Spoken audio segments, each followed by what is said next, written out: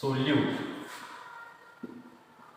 by vapor pressure lowering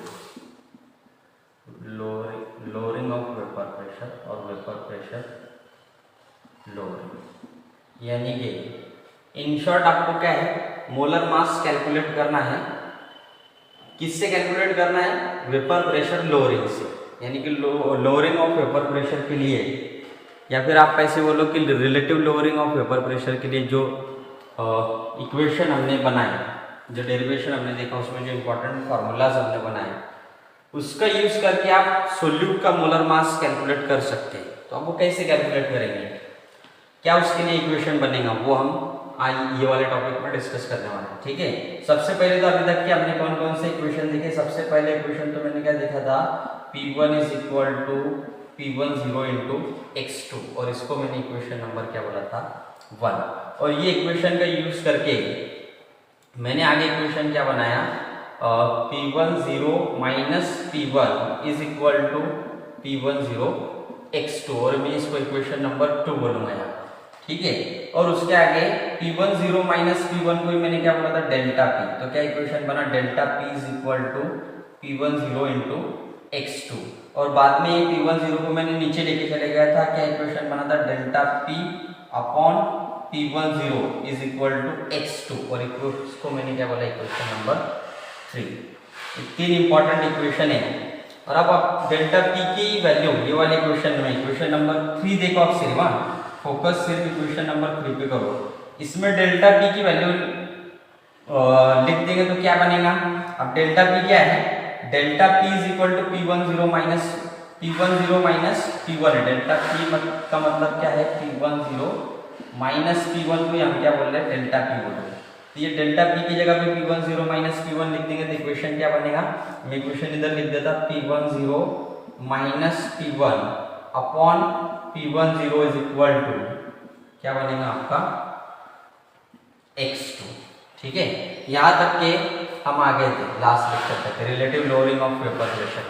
ठीक है, अब ये इक्वेशन का यूज करके, इसका यूज करके हमें मोलर मास कैसे कैलकुलेट करेंगे सोल्यूट का गिवन सॉल्यूशन में से, वो हमें आगे डिस्कस करना है। ठीक है, आप एक तो ये वाला इक्वेशन यूज करो, ये इक्वेशन को थोड़ा सा ज्यादा डिटेल में ऐसे लिखेंगे। ठीक है, ये सिर्फ ये डेल्टा P का मीनिंग हमने लिखा है P10 माइनस P1। तो पहले तो वही इक्वेशन में कंसीडर करूंगा, तो दो इक्वेशन अभी हम सामने रखेंगे।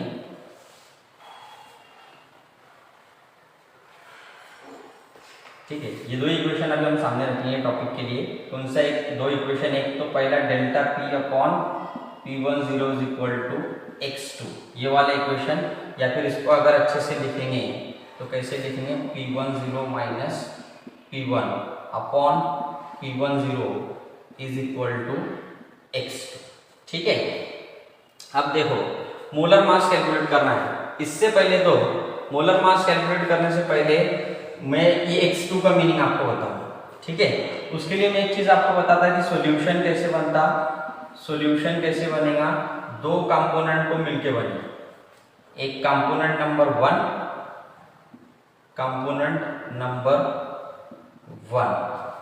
प्लस कंपोनेंट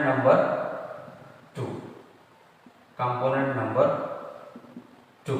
ठीक है, आप देखो ये टॉपिक के लिए, सिर्फ ये वाले टॉपिक के लिए ऐसे समझ लो कि सॉल्यूशन कैसे बनेगा, दो चीजों से मिलके बनेगा। एक तो उसमें क्या है, हम एक्वस सॉल्यूशन अगर कंसीडर करेंगे तो एक उसमें पानी रहेगा। ठीक है, और पानी जो है वो एज ए सॉल्वेंट यूज होता है। सॉल्यूशन दो कंपोनेंट से मिलके बनता, एक कंपोनेंट को मैं बोलता सॉल्वेंट और एक कंपोनेंट को मैं क्या बोलूंगा, सोल्यूट। ठीक है, कंपोनेंट नंबर 1 कौन है, सॉल्वेंट, कंपोनेंट नंबर 2 कौन है, सोल्यूट। ठीक है, ये चीज अभी मैं बता दे रहा, आगे ये सारी चीजें हमको यूज होने वाली है। ठीक है, तो ये दो कंपोनेंट से मिलकर, सॉल्वेंट और सोल्यूट से मिलके आपका सॉल्यूशन बनने वाला है। सॉल्वेंट आपका क्या है, वाटर है, और सोल्यूट आपका कोई भी नॉन वोलेटाइल सोल्यूट है। ठीक है, सॉल्वेंट के लिए मैंने नंबर 1 यूज किया, सोल्यूट के लिए मैंने नंबर 2 यूज किया। ठीक है, अब देखो मोल फ्रैक्शन कैसे रिप्रेजेंट करते हैं, x से रिप्रेजेंट करते हैं। मोल मोल फ्रैक्शन कैसे रिप्रेजेंट करते, सिंबलाइज कैसे करेंगे मोल फ्रैक्शन को, x से। अब ये दो चीजों से मिलकर बना हुआ सॉल्यूशन है, ये कंपोनेंट 1 ये एक चीज है और कंपोनेंट नंबर 2 ये दूसरी चीज है, ठीक है। तो मोल फ्रैक्शन अगर आपको किसी ने पूछा मोल फ्रैक्शन निकालो एक कंपोनेंट का, तो इसको सॉल्वेंट के मोल फ्रैक्शन को हम रिप्रेजेंट करेंगे x1 से, क्योंकि कंपोनेंट नंबर 1 सॉल्वेंट के मोल फ्रैक्शन को x से रिप्रेजेंट करेंगे, लेकिन दो चीजें तो समझने के लिए एक और दो करेंगे ना। तो सॉल्वेंट के मोल फ्रैक्शन को कैसे रिप्रेजेंट करेंगे, x1 से, और सोल्यूट के मोल फ्रैक्शन को कैसे रिप्रेजेंट करेंगे, मोल फ्रैक्शन को कैसे रिप्रेजेंट करेंगे, x2 से, ठीक है। देखो छोटी छोटी चीजें हम समझते चल रहे। उसके बाद नंबर ऑफ मोल्स, अगर किसी ने कैलकुलेट करने को बोला आपको नंबर ऑफ मोल्स कैलकुलेट करो, नंबर ऑफ मोल्स सॉल्वेंट के कैलकुलेट करो, तो सॉल्वेंट के लिए मैंने नंबर क्या यूज किया है 1। तो नंबर ऑफ मोल्स हम रिप्रेजेंट करते हैं स्मॉल n से, लेकिन यहाँ पर एक चीज है 2 है, तो दो ये पहले नंबर की चीज के लिए मैं क्या यूज करूंगा n1, यानी कि number of moles of solvent को रिप्रेजेंट कैसे करेंगे n1 से। वैसे ही सोल्यूट के नंबर ऑफ मोल्स किसने निकालने को बोला है सॉल्यूशन में, तो मैं क्या बोलूंगा number of moles of solute, उसको मैं रिप्रेजेंट करूंगा किससे, n2 से। Number of moles of solvent को n1 से, number of moles of solute को n2 से। अगर किसी ने आपको वेट पूछा, वेट ऑफ सॉल्वेंट बोलो, वेट ऑफ सॉल्वेंट बोलो, तो वेट को किससे रिप्रेजेंट करते हैं, w से, लेकिन सॉल्वेंट के लिए नंबर क्या यूज किया हमने 1, तो ये भी क्या हो जाएगा w1, ठीक है। वेट ऑफ सोल्यूट किसने पूछा, अगर आपको वेट ऑफ सोल्यूट अगर आपको किसने पूछा, तो इसको भी हम w से रिप्रेजेंट करते हैं, लेकिन सोल्यूट के लिए नंबर 2 यूज किया है, तो हम इसके लिए क्या यूज करेंगे w2, ठीक है। ये तीनों टर्म का हम यूज करने वाले n1 n2 w1 w2 x1 x2। और एक इंपॉर्टेंट बात, अगर आपको किसी ने पूछा कि मोलर मास बोलो सॉल्वेंट का, मोलर मास ऑफ सॉल्वेंट, तो मोलर मास को हम रिप्रेजेंट करते हैं कैपिटल M से, लेकिन सॉल्वेंट के लिए हमने 1 यूज किया, तो ये क्या हुआ m1। और वैसे ही किसी ने आपको अगर मोलर मास पूछा, मोलर मास बोलो सोल्यूट का, तो सोल्यूट के लिए हमने क्या यूज किया है m2, सोल्यूट के लिए हमने क्या यूज किया है m2, ठीक है। बात समझ में आ गई। x1 solvent, x2 solute mole fraction, n1 solvent, n2 solute for number of moles, ठीक है। वेट के लिए w यूज करेंगे, लेकिन सॉल्वेंट के लिए w1, सोल्यूट के लिए w2, और मोलर मास के लिए कैपिटल M यूज करेंगे, सॉल्वेंट के लिए 1 और सोल्यूट के लिए 2। ये आगे न्यूमेरिकल्स में भी ये सारी चीजें आपको ऐसे यही फॉर्म में सिंबॉलिकली आपको क्या करना है, रिप्रेजेंट करना है। अब थोड़ा सा हम आगे जाएंगे। अब देखो सॉल्यूशन दो कंपोनेंट से मिलके बना, सोल्यूट सॉल्वेंट और सोल्यूट दोनों से मिलके बना, ठीक है। मोल फ्रैक्शन कैसे कैलकुलेट करते हैं, ये अगर किसी ने आपको पूछा, तो मोल फ्रैक्शन क्या है, it is actually the ratio of that component in the solution to the mole fraction क्या है, in short the ratio of number of moles of that component to the number of mole, total number of moles. यानी कि अभी मैंने आपको बताया कि solution कैसे बना, सॉल्वेंट और सोल्यूट से मिलके बना, ठीक है। सॉल्वेंट के नंबर ऑफ मोल्स को हम रिप्रेजेंट करेंगे n1 से, सोल्यूट के नंबर ऑफ मोल्स को हम रिप्रेजेंट करेंगे n2 से, ठीक है। अब अगर आपको किसी ने बोला कि मोल फ्रैक्शन कैलकुलेट करो, मोल फ्रैक्शन कैलकुलेट करो, मोल फ्रैक्शन कैलकुलेट करो सॉल्वेंट के लिए, तो कैसे कैलकुलेट करना पड़ेगा कि ये n1 का रेशियो निकालना पड़ेगा टोटल नंबर ऑफ मोल्स से। सॉल्यूशन के टोटल नंबर ऑफ मोल्स का किसी ने आपको कैलकुलेट करने का बोला, कि सॉल्यूशन के total number of moles calculate करो, तो सॉल्यूशन किससे मिलके बना है? सॉल्वेंट और सोल्यूट से। यानी कि आप N1 और N1 प्लस N2 करेंगे तो आपको सॉल्यूशन के नंबर ऑफ मोल्स मिलेंगे। ठीक है, अगर किसी ने आपको बोला कि सॉल्यूशन के नंबर ऑफ मोल्स निकालना तो आप कैसे कैलकुलेट करेंगे? सॉल्वेंट के number of moles plus solute के नंबर ऑफ मोल्स, ये दोनों ऐड करके आप क्या है? सॉल्यूशन के नंबर ऑफ मोल्स निकालेंगे। ठीक है, और सिर्फ सॉल्वेंट के नंबर ऑफ मोल्स को मैं N1 बोलूंगा, सिर्फ सोल्यूट के नंबर ऑफ मोल्स को मैं N2 बोलूंगा। और मोल फ्रैक्शन क्या है? मोल फ्रैक्शन क्या है? It is the ratio of number of moles of one component to the number of moles of solution. एक कंपोनेंट के नंबर ऑफ मोल्स को पूरे सॉल्यूशन के नंबर ऑफ मोल्स से रेशियो निकालना, उसी को हम मोल फ्रैक्शन बोलेंगे, और उसको हम रिप्रेजेंट करते हैं x से। अब देखो सॉल्वेंट के मोल फ्रैक्शन को, अब मोल फ्रैक्शन को तो रिप्रेजेंट किससे करेंगे? x से। और सॉल्वेंट के लिए टर्म हमने क्या यूज की? 1, सोल्यूट के लिए क्या टर्म यूज की? 2, क्योंकि बुक में भी वही टर्म यूज की है, सॉल्वेंट के लिए 1, सोल्यूट के लिए 2, तो इसकी वजह से हम यहाँ पर सॉल्वेंट के लिए 1 यूज करेंगे, सोल्यूट के लिए 2 यूज करेंगे। तो मोल फ्रैक्शन के लिए सिंबल कौन सा यूज करते हैं? x। तो मोल फ्रैक्शन फॉर सॉल्वेंट अगर किसी ने पूछा तो हम उसको रिप्रेजेंट किससे करेंगे? x1 से, क्योंकि सॉल्वेंट के लिए 1 है। तो अब x1 कैलकुलेट करना है आपको, यानी कि मोल फ्रैक्शन आपको कैलकुलेट करना है सॉल्वेंट का। तो कैसे कैलकुलेट करेंगे? पहले तो number of moles of solvent upon number of moles of solvent plus solute, यानी कि ये सॉल्वेंट के नंबर ऑफ मोल्स का रेशियो निकालेंगे टोटल सॉल्यूशन के नंबर ऑफ मोल से, और वो जो रेशियो आएगा उसको मैं क्या बोलूंगा? मोल फ्रैक्शन बोलेगा। थोड़ा सा मैंने क्या किया, डिटेल में मोल फ्रैक्शन में मोल फ्रैक्शन एक्सप्लेन करने की कोशिश की है। एक्चुअल में 11th में भी हमने डिटेल में मोल फ्रैक्शन डिस्कस किया था, वापस मैंने वो चीज़ को रिपीट किया, और इतनी ज़्यादा डिटेल में आपको पढ़ने की जरूरत भी नहीं, सिर्फ आप इतना भी याद रखेंगे ये चैप्टर के लिए कि मोल फ्रैक्शन हम रिप्रेजेंट करते हैं x से, और सॉल्वेंट के मोल फ्रैक्शन को हम x1 बोलते और सोल्यूट के मोल फ्रैक्शन को हम x2 बोलते तो भी चलेगा।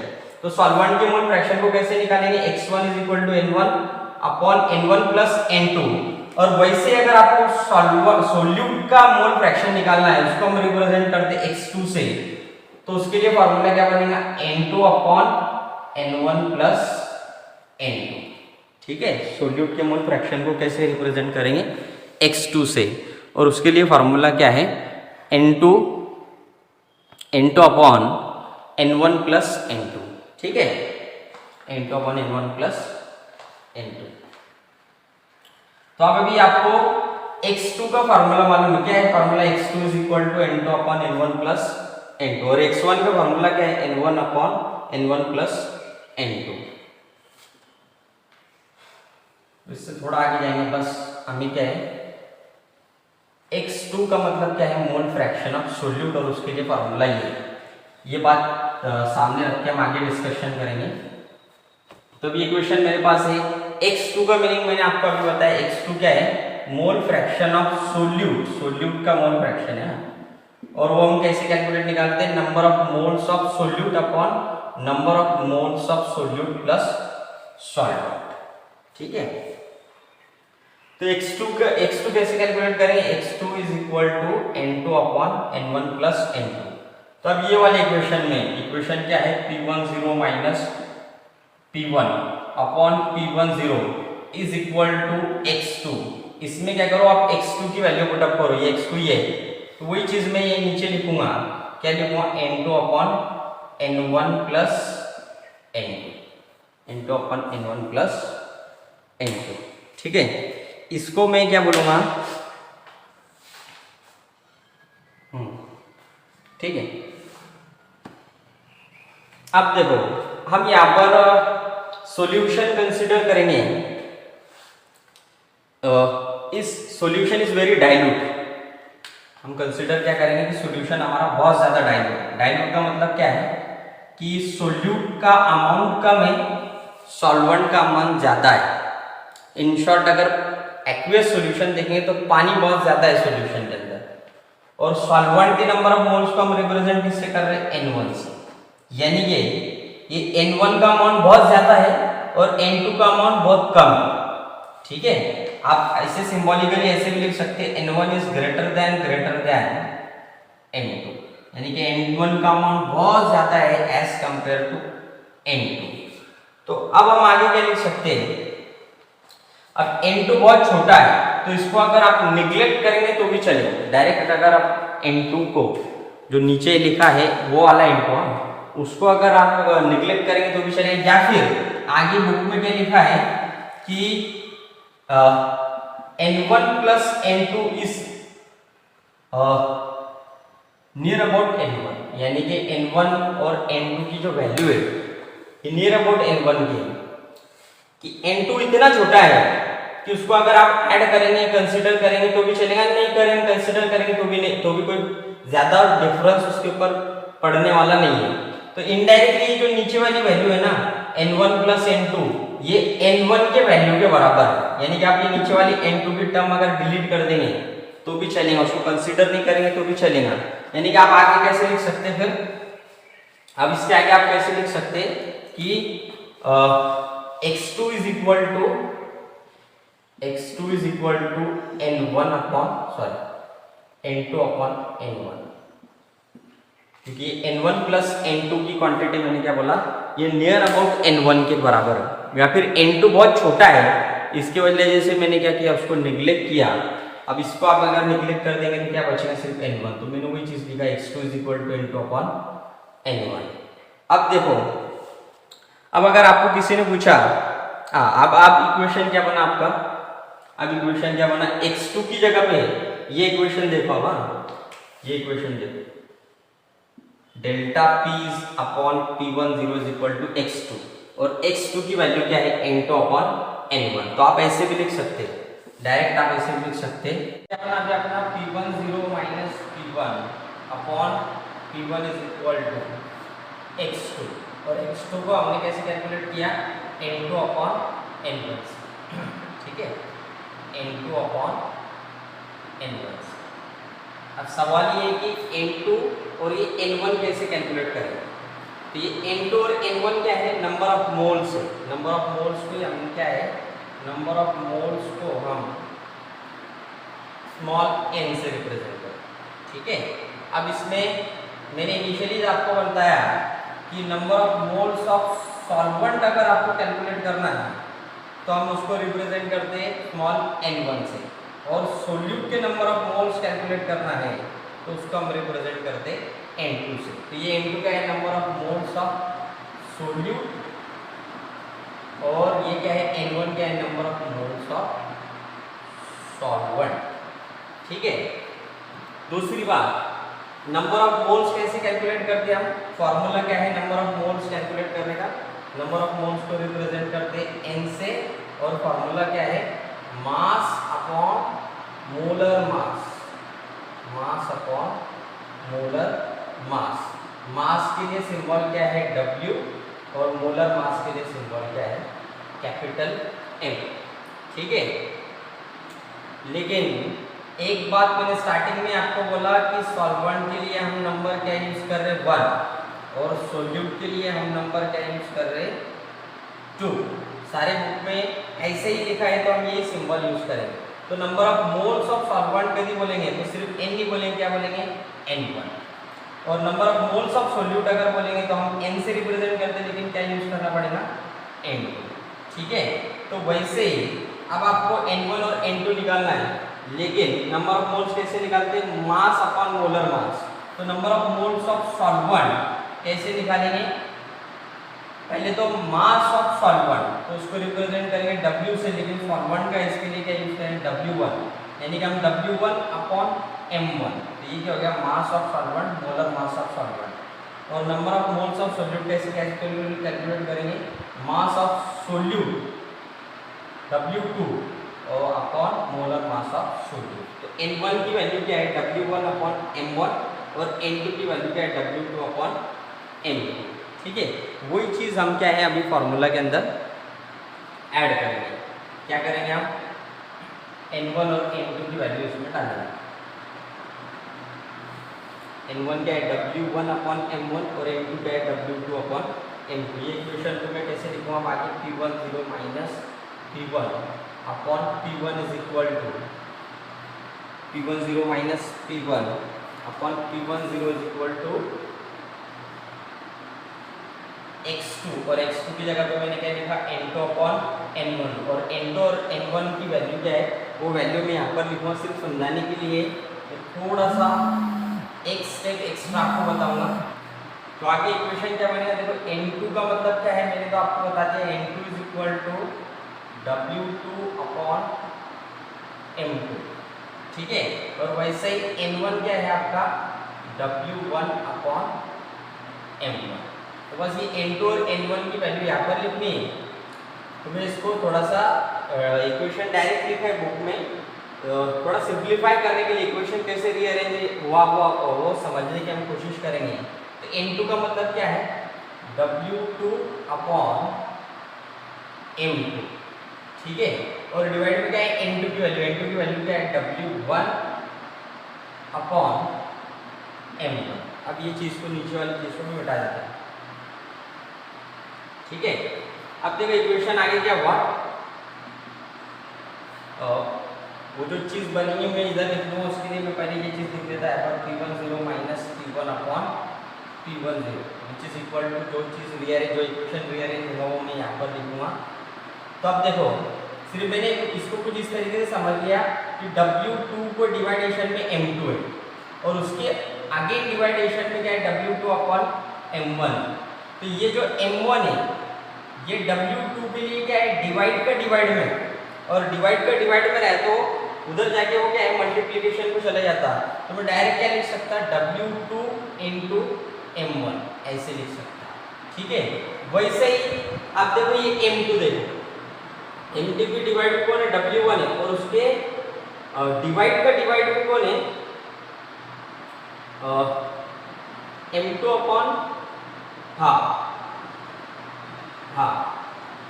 ठीक है W2 इंटू m1, हाँ बराबर है। फिर ये इधर मल्टीप्लिकेशन को चले गए तो ये इधर मल्टीप्लिकेशन को आ जाएगा, ये इधर मल्टीप्लिकेशन को गया तो ये इधर मल्टीप्लिकेशन को आ जाएगा। तो क्या बनेगा आपका m2 इंटू W1, ठीक है। डिवाइड का डिवाइड को था तो वो मल्टीप्लिकेशन को चले गया। और इधर से अगर आप वैसे कंसिडर करेंगे m2 के लिए तो वो भी क्या है W1 के लिए वो रिलेशन रखता है, ठीक है। यानी कि सिंपली ये वाली चीज इधर चलेगी W2 इंटू m2 गई और ये वाली चीज नीचे आ गई, ठीक है। ये वाला इधर चलेगा मल्टीप्लिकेशन को W2 इंटू m1 हो गया और ये वाली चीज नीचे आ गई m2 इंटू W1, ठीक है। तो क्योंकि ज़्यादा सिंप्लीफाई करने के लिए सिर्फ रीअरेंज किया है W2 into m1 upon m2 into W1, ठीक है। तो ये क्या है मोलर मास कैलकुलेट करने के लिए इक्वेशन।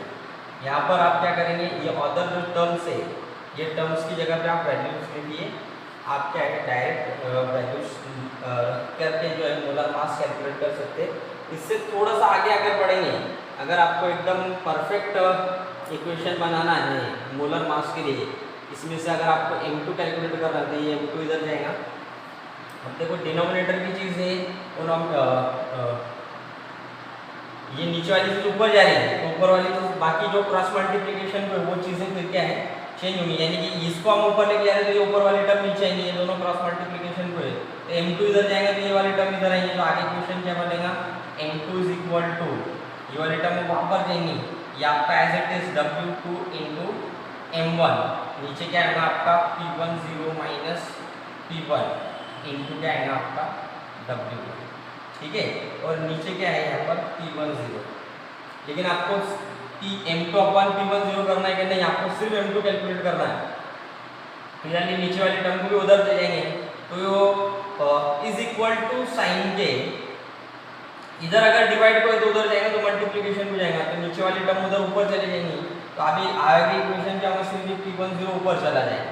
इक्वेशन क्या बनेगा आपका m2 is equal to W2 into m1 into P10 upon P10 minus P1 into W1। ये एक्स्ट्रा एडिशनल टर्म मैंने आपको बता दी, बुक में नहीं है, ठीक है। हालांकि अभी हम आगे न्यूमेरिकल्स के सॉल्व करने वाले हैं तो उससे और ज़्यादा आपको अच्छे तरीके से ये बात समझ में आ जाएंगे। और इसके ऊपर आने वाले 1-2 न्यूमेरिकल हम देख लेंगे, फिर आपको और ज़्यादा ये टर्म क्या है क्लियर हो जाए। ठीक है।